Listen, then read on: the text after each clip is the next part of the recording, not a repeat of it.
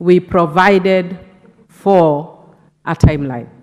And I sat in the select committee that was developing that law. And the essence was that we know that land is a very emotive issue, and especially on the issue of historical land injustices that has created conflict.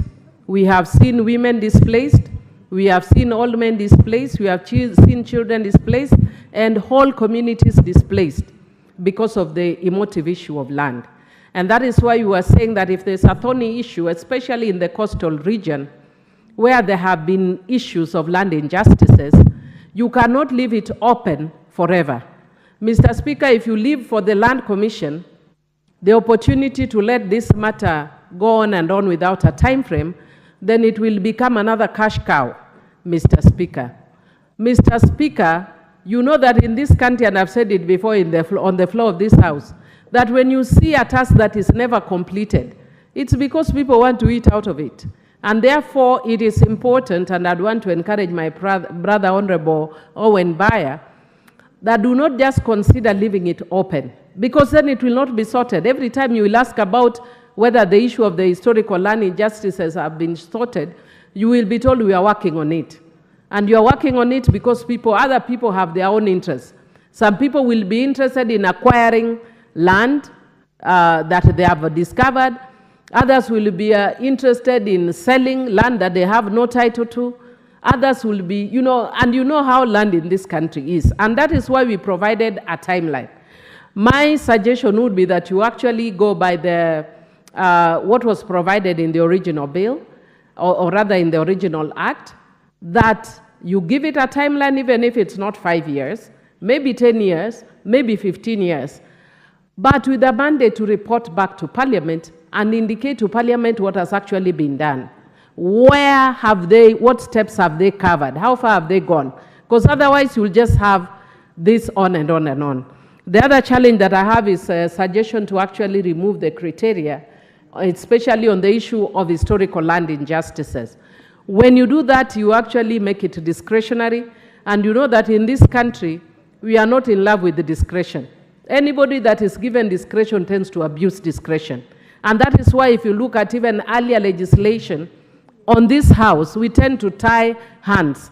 And that's why sometimes I disagree with the courts. For instance, in the case of a Sexual Offences Act, that we provided for minimums. And the reason we provided for minimums is that you would expect that a very sober and normal person, if you went before them and you told them that maybe a 60-year-old man has raped a 3-year-old, that they will jail them for life.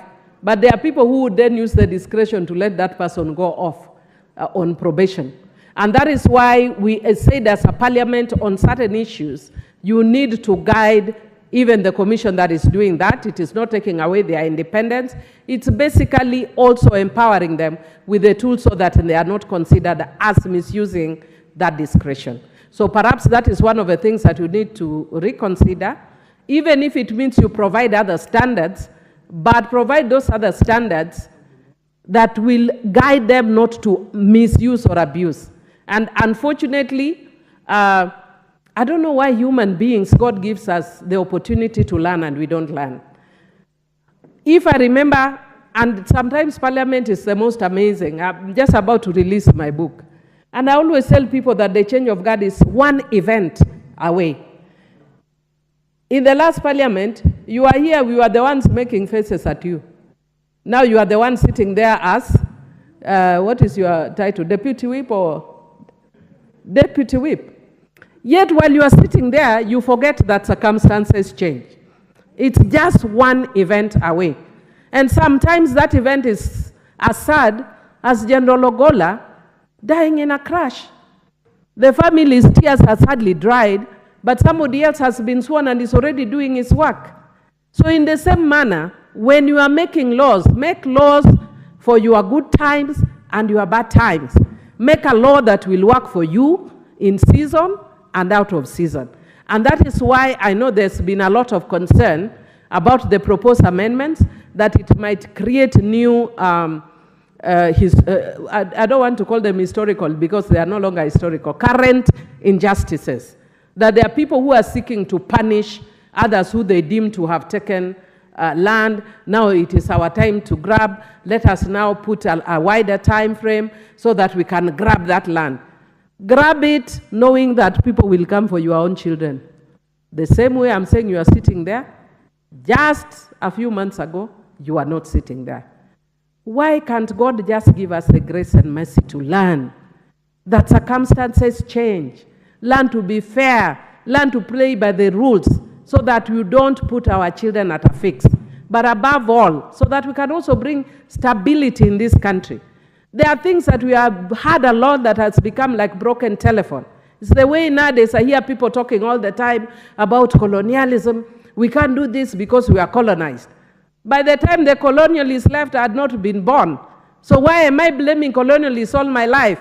Yes, we were colonized, yes, but what are we doing about it? Get up and get and change your lifestyles. We can't blame people all our lives. And I think as a country, we should be tired of hearing the issue of historical land injustices. And that's why we need a time frame, sort out those issues, and let us hear the concerns about Gen Zs who are giving us lectures as their parents. How do you deal with those ones? How do you deal with AI? How do we deal with other issues that are emerging that are faster than us? Instead of now, we are dealing with the historical land. There are things that are here in this house. My left ear is blocked. I don't know if it's because of things like that. For the last 3 days, my ear has been blocked. Perhaps it's because we are not moving forward. And we had actually started so wonderfully when we came up with the Constitution in 2010. We passed a plethora of laws that was forging the country forward. And my worry is we seem to be having a clawback. It reminds me of recently when we went for a women's